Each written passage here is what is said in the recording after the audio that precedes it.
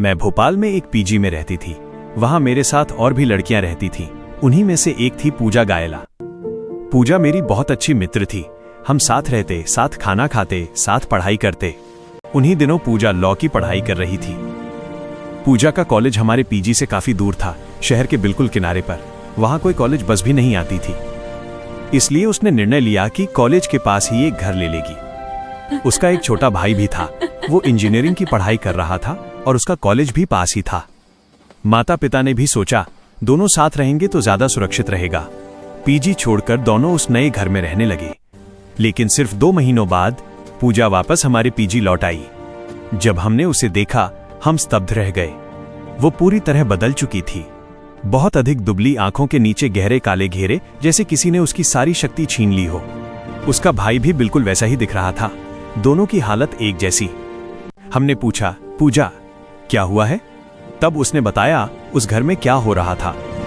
पहले 1 सप्ताह सब कुछ सामान्य था, लेकिन उसके बाद उन्हें हर समय ऐसा महसूस होने लगा जैसे घर के बाहर कोई खड़ा है और भीतर झांक रहा है।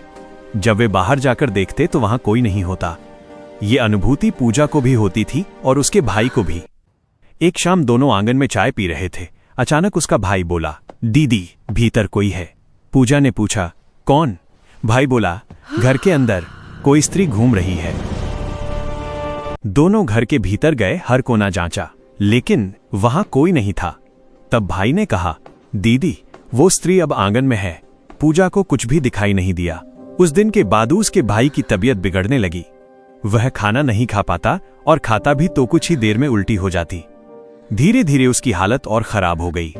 अंत में उसकी मां ने उसे इटारसी वापस बुला लिया। भाई के जाने के बाद एक दिन पूजा पढ़ाई कर रही थी। अचानक उसे लगा जैसे कोई उसके पीछे खड़ा है और उसे घूर रहा है। वो मुड़कर देखती, कोई नहीं। रात को वो सो गई। नींद में करवट बदलते समय उसे महसूस हुआ उसके पैरों के पास कोई बैठा है। एक स्त्री आकृति थी पर चेहरा धुंधला। उसे लगा शायद सपना है और वो फिर सो गई।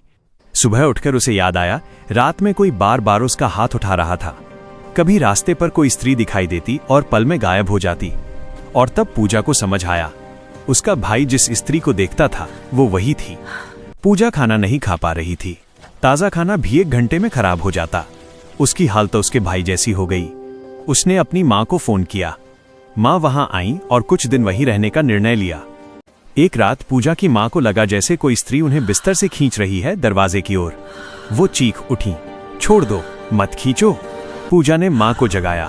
वो सिर्फ सपना था, लेकिन तक यह साफ हो चुका था। उस घर में कुछ बहुत गलत था।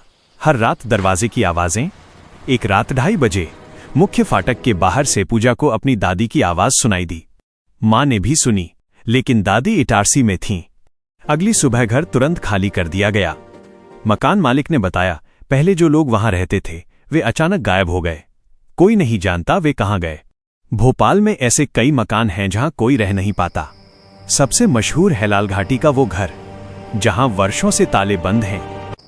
कहते हैं वहां जो है वो किसी को जिंदा रहने नहीं देता।